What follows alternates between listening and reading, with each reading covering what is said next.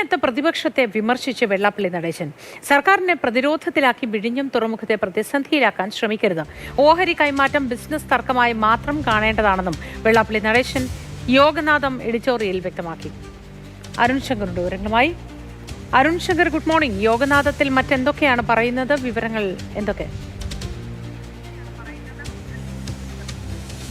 വിഴിഞ്ഞുമായി ബന്ധപ്പെട്ടിട്ടാണ് യോഗനാഥിൻ്റെ ഇപ്രാവശ്യത്തെ എഡിറ്റോറിയൽ. അതിലാണ് പ്രതിപക്ഷത്തിനെതിരെ ശക്തമായ വിമർശനങ്ങൾ ഉന്നയിച്ചിരിക്കുന്നത്. അതായത് സർക്കാരിനെ പ്രതിരോധത്തിലാക്കി വിഴിഞ്ഞത്തെ പ്രതിസന്ധിയിലാക്കരുത് എന്നുള്ളതാണ് വെള്ളാപ്പള്ളി നടേശൻ പറയുന്നത്. അതോടൊപ്പം തന്നെ ഇക്കാര്യത്തിൽ ഇ.പി. ജയരാജൻ, CPM കേന്ദ്ര കമ്മിറ്റി അംഗം ഇ.പി. ജയരാജൻ എടുത്ത നിലപാട് പക്വതയുള്ളതാണ്. അതായത് അദ്ദേഹം പറഞ്ഞത് വിഴിഞ്ഞത്തെ നിർജ്ജീവമാക്കുന്ന തരത്തിലേക്ക് വിവാദങ്ങൾ വളരരുത് എന്നൊരു വാദമാണ് ഇ.പി. പറഞ്ഞത്. അത് പക്വതയുള്ള നിലപാടാണെന്നുള്ളതാണ് പറയുന്നത്. ഇതൊരു ബിസിനസ് തർക്കം മാത്രമാണ്.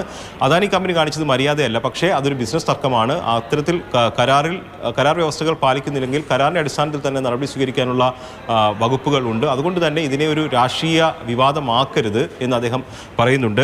എന്തായാലും ഇതിൻ്റെ പേരിൽ രാഷ്ട്രീയ പോരുണ്ടാകരുത്, വിഴിഞ്ഞത്തെ വെള്ളത്തിലാക്കരുത് എന്നുള്ളതാണ് അദ്ദേഹം പറയുന്നത്. ഈ എഡിറ്റോറിയൽ തന്നെ രണ്ട് സർക്കാരുകളും, പിണറായി സർക്കാരും അതോടൊപ്പം തന്നെ ഉമ്മൻചാണ്ടി സർക്കാരും വിഴിഞ്ഞത്തിന് വേണ്ടി എടുത്തിട്ടുള്ള നിലപാടുകളും പറയുന്നുണ്ട്. രാഷ്ട്രീയത്തിന് അതീതമായി ഇരു സർക്കാരുകളും എടുത്ത നിലപാടുകളുടെ ഭാഗമായിട്ടാണ് വിഴിഞ്ഞം നടപ്പിലായതെന്നും എടുത്തു പറയുന്നുണ്ട്. പക്ഷേ ഇതിനെ ഒരു വിവാദത്തിലാക്കി ഇതിൻ്റെ പ്രസക്തി നഷ്ടപ്പെടുത്തരുത് എന്നുള്ള ഒരു ആവശ്യമാണ് അദ്ദേഹം ഈ എഡിറ്റോറിയലിലൂടെ മുന്നോട്ട് വെക്കുന്നത്.